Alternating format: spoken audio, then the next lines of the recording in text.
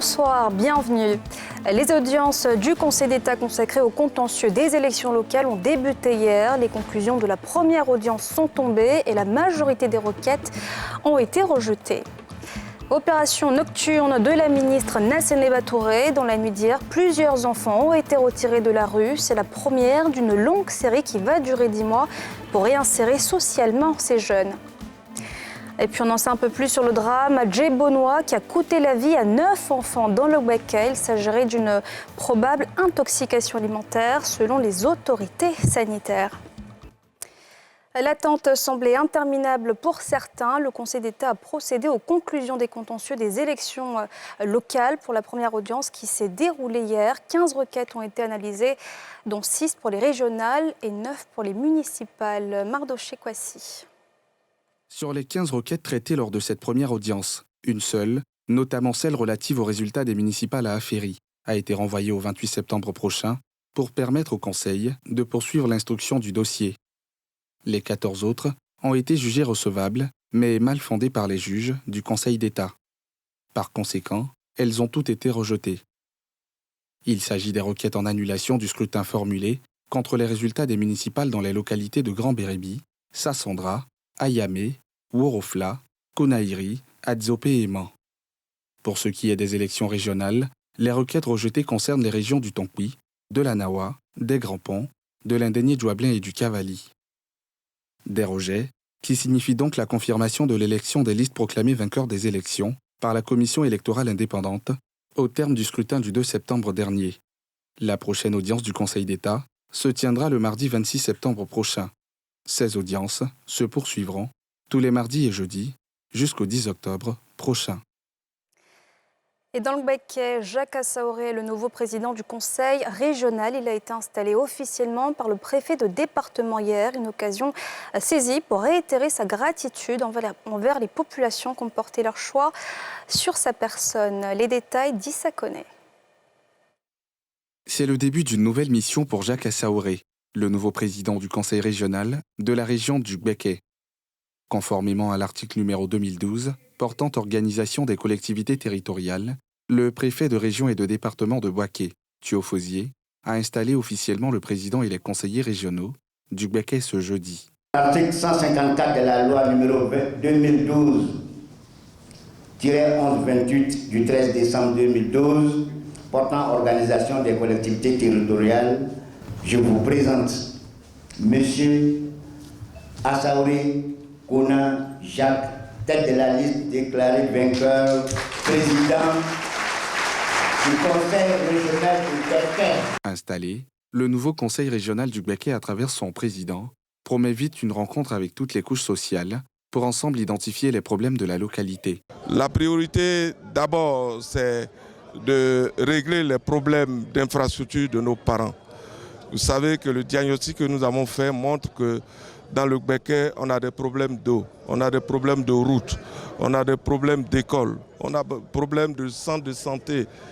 Et tous ces problèmes, nous allons dans un premier temps mieux les identifier parce que nous avons fait une identification au laboratoire. Nous allons convoquer toutes les couches sociales, écouter leurs préoccupations et dresser la liste des priorités et commencer à y travailler.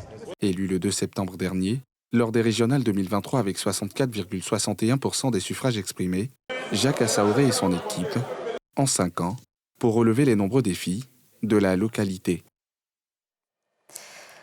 Toujours dans la région, on en sait un peu plus sur le drame à Djebonois qui a coûté la vie à 9 enfants. Il s'agirait d'une probable intoxication alimentaire selon les autorités sanitaires. Les précisions de Moussa Nikema. Le 17 septembre dernier, 7 enfants âgés de moins de 15 ans avaient trouvé la mort à Niangban village, à 15 km de Djebonois, après des diarrhées et des convulsions. Plus de 70 autres avaient été conduits au CHU de Bouaké. Quelques jours après, le ministère en charge de la Santé évoque une probable intoxication alimentaire qui porte le nombre de décès à 9. Au total, 71 cas, dont 9 décès ont été enregistrés. Les décès ont été observés uniquement chez les enfants de moins de 15 ans. En résumé, il s'agit d'une forte suspicion de toxi-infection alimentaire collective suite à une consommation du bouilli de maïs contaminé par des herbicides. À ce jour, 2 patients sont encore hospitalisés au CHU de Bouaké et sont pris en charge comme les autres qui ont été libérés. Selon Dr Aka, la récurrence de ces toxi-infections alimentaires s'explique par un manque d'hygiène dans les ménages. Les facteurs explicatifs de la récurrence de ces toxi-infections alimentaires sont l'insuffisance d'hygiène alimentaire dans les ménages et dans les établissements de restauration collective, l'utilisation abusive et anarchique des pesticides et la mauvaise manipulation de ces produits, y compris la réutilisation des contenants. Pour cette année 2023, ce sont 5 épisodes de toxi-infections alimentaires, dont 32 décès qui ont été enregistrés dans le pays. Des chiffres qui inquiètent le ministère de la Santé, de l'Hygiène publique et de la couverture maladie universelle. À ce titre, une campagne de sensibilisation a été lancée dans les différents districts sanitaires du pays. Je vous le disais en titre, dans la nuit d'hier, une opération inopinée a retiré plusieurs adolescents vulnérables et sans-abri des rues de la capitale économique. Une opération qui est en fait le lancement d'un plan d'urgence du ministère de la Famille pour la réinsertion de ces enfants en situation de rue. Pierre Dipomela. L'opération a débuté par une maraude aux premières heures à Cocody-en-Gré. 4 sites ont été visités, à savoir les carrefours Bluetooth et Arafat, le terminus 81-82, les abords de l'église Le Chandelier. Simultanément, d'autres équipes ont visité 3 sites à Yopougon, Antenne Maroc, Jatak-Niangon, CP1. Je vais te suivre, même s'ils doivent venir dormir chez moi. Tu as compris? Tu me fais confiance? Tu me fais confiance? Regarde-moi. Je sais qu'il y a des adultes qui t'ont parlé, qui n'ont pas respecté. Regarde-moi. Mais tu ne peux pas rester dans la rue, sinon il y a des gens qui vont t'utiliser à autre chose, des bandits. Tu as compris? Il faut faire confiance. Allons seulement et puis tu vas voir comment. Cette opération est le début d'une longue série qui va durer 10 mois. Objectif, sécuriser ces adolescents vulnérables et organiser leur insertion sociale. Coût de ce plan d'urgence, 1,2 milliard de francs CFA. Il y en a qui sont des enfants qui ont besoin d'amour. Il y en a qui ont besoin de retourner à l'école. Nous avons un cas de première A qui de la seconde A est passé en première A. La mère est partie sur l'océan. Le père n'est pas connu. La grand-mère n'a pas de moyens. Qui s'est retrouvé dans la rue, entre guillemets, pour se chercher. Lui, il n'a pas besoin d'aller dans le centre de formation civique. Il a besoin de retourner à l'école. Mais cette journée d'aujourd'hui, on va s'assurer qu'il n'a pas d'autres problèmes et on va s'assurer qu'il ait une prise en charge. Au total, 101 enfants, dont une fille, ont été retirés de la rue et conduits au centre d'accueil de Yopougon, où ils sont pris en charge par une équipe composée d'éducateurs spécialisés, de psychologues et de médecins psychiatres, généralistes, pédiatres. Le gouvernement ivoirien a décidé en février 2023, en Conseil des ministres, la réalisation en urgence de 5 centres d'accueil dans les communes de Yopougon, de Cocody, de Port-Boué, de Marcory et d'Abobo pour les enfants en situation de rue et en situation de vulnérabilité.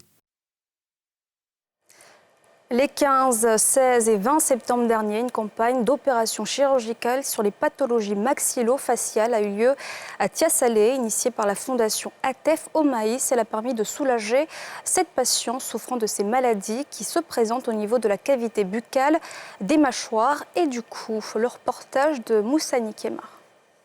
Ils sont 7 à avoir bénéficié d'une opération des pathologies maxillo-faciales à l'hôpital Saint-Jean-Baptiste de Bodo, dans le département de Tiasalé. Cette opération, selon les spécialistes, vient corriger les malformations des patients. Nous nous sommes rendus compte qu'il y a des malformations, d'autres malformations autres que les becs de lièvre, et qui ne sont pas prises en charge, mais qui aussi handicapent, n'est-ce pas, la vie de ces enfants, handicapent ces enfants, et parfois le pronostic de ces malformations est plus vital. Donc nous avons dit pourquoi ne pas étendre la pathologie maxillo-faciale à la fondation ATEF au maïs, qui nous a dit que l'hôpital de Bodo pouvait répondre à cette aspiration. Initiée par la fondation ATEF au maïs, cette campagne s'est tenue sur 3 jours dans la localité. La fondation elle existe depuis 2009. Elle a opéré déjà plus de 350 patients. en Côte d'Ivoire et dans la sous-région, au savoir au Niger, au Mali, au Sénégal, au Burkina et au Bénin. Et on continue, hein, on n'arrête pas de pouvoir aider les populations défavorisées et j'espère qu'on pourra continuer à le faire. Le professeur Conan a démontré qu'un scanner était extrêmement important ici dans cet hôpital, non seulement pour la chirurgie maxillofaciale, mais aussi il a bien rappelé le nombre d'accidents de la route qu'il y a ici, puisqu'on est à peu près à une centaine par mois. Et c'est vrai qu'un scanner serait une priorité en plus d'une unité de soins intensifs. La Fondation s'est donnée pour mission de soutenir les populations vulnérables et soutenir le développement humain durable. La campagne, tenue à l'hôpital Saint-Jean-Baptiste de Bodo les 15, 16 et 20 septembre, est une phase pilote et compte se déployer pour toucher plus de populations. Afin de réguler la concurrence et préserver le pouvoir d'achat du consommateur, la Côte d'Ivoire, qui a pour modèle économique le libéralisme, a mis en place depuis 2013 une commission de la concurrence. Comment lutte-t-elle contre la cherté de la vie dans le pays? Le reportage de Nadja Eldja et Kimo Eric. Avec son économie libérale, la Côte d'Ivoire favorise l'implantation de plusieurs entreprises dans un même secteur d'activité. Un modèle économique qui, pour ce président d'association de consommateurs, n'est pas toujours bénéfique. Avec l'avènement de la politique de libéralisation des prix et de l'avènement de la politique de la concurrence, eh bien, de plus en plus, l'État a tourné le dos à certains secteurs importants. Beaucoup de structures comme la Satmassi, la Soderie, la Sodepra ont disparu. Mais c'était ces structures qui nous permettaient d'avoir du bétail, par exemple pour la Sodepra et la Soderie pour avoir du riz. Pourtant, si elle permet une liberté aux entreprises et commerces, la concurrence doit obéir à certaines règles et reste soumise à la régulation. En Côte d'Ivoire, il y a une liberté d'exercice en matière commerciale. Mais cette liberté d'exercice ne veut pas dire que les prix doivent être pratiqués abusivement. La loi existe, les prix sont encadrés. Il y a la possibilité parfois, lorsque, comme aujourd'hui on le voit sur la question du riz, l'État anticipe, prend les dispositions et arrive à plafonner le prix sur le riz, de sorte à ce que le consommateur ne soit pas perdant. Un regard du gouvernement sur la concurrence et une liberté d'exercice qui a pour but final de réduire le coût de la vie. Si le consommateur, face à deux prix pratiqués, il y a un qui est mieux disant par rapport à l'autre, il va choisir ce qui est bon par rapport à la qualité de produit qu'il recherche. Donc là, il appartient au consommateur d'être bienveillant et de pouvoir lui aussi faire la police sur l'application des prix. Afin de promouvoir son action, la Commission de la concurrence a rencontré récemment les entreprises de Côte d'Ivoire. Créé en 2013, cet organe est spécialisé dans le contrôle des pratiques anticoncurrentielles. En Côte d'Ivoire, il existe aussi une commission nationale des frontières. Créée en 2017, elle vise notamment à apporter des réponses politiques pacifiques et durables aux tensions transfrontalières et à favoriser l'intégration entre les peuples. Son secrétariat exécutif s'est vu décerner le prix d'excellence 2023 du meilleur promoteur de l'intégration africaine. Zoom sur cette institution dans ce reportage de Salif Yaleko et Karine Kassi. La délimitation, la démarcation des frontières, la prévention et le règlement des conflits dans les zones frontalières. Telles sont entre autres les missions dévolues à la Commission nationale des frontières de Côte d'Ivoire. Cette structure, créée suite à une décision de l'Union africaine, a décroché récemment le prix national d'excellence 2023 du meilleur promoteur de l'intégration africaine. Le jury de ce prix, initié par le chef de l'État ivoirien, met en avant les actions remarquables de cette commission dans le cadre de la lutte contre la fragilité dans les zones frontalières nord. Pour le préfet hors grade Diakali Diakonaté, qui en est le secrétaire exécutif depuis 2020, il s'agit de la récompense d'un travail d'équipe. C'est une forme de consécration de 3 années d'acharnement, 3 années d'acharnement au travail, mon équipe et moi, une équipe restreinte. Quand l'État nous reconnaît tous ces efforts et nous décerne un prix du meilleur promoteur de l'intégration africaine, cela c'est un encouragement à redoubler d'efforts, c'est un encouragement à aller beaucoup plus loin et c'est un véritable catalyseur pour nous. Quant aux perspectives, La mise en œuvre de la politique nationale de gestion intégrée des frontières demeure la priorité de cette institution. Cette politique-là est en cours d'adoption par le gouvernement.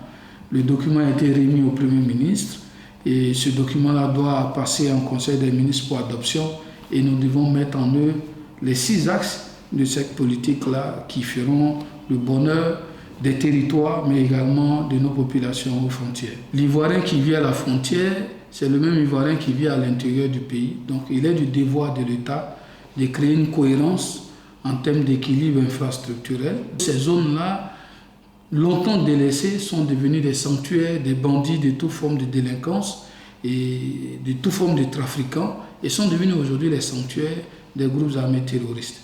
Donc il nous appartient de développer ces zones, de relever le niveau des infrastructures, de renforcer la résilience des populations dans ces zones frontalières. La CNFCI a initié 35 activités dans le cadre de la promotion de l'intégration africaine, dont 19 en faveur du maintien de la paix dans les zones frontalières. 6 activités de formation à l'endroit de 419 leaders et relais communautaires. Et voilà, c'est la fin de ce journal. Merci de l'avoir suivi. On se retrouve dimanche à 18h30 dans NCI Reportage. Bonne suite de programme sur la nouvelle chaîne ivoirienne.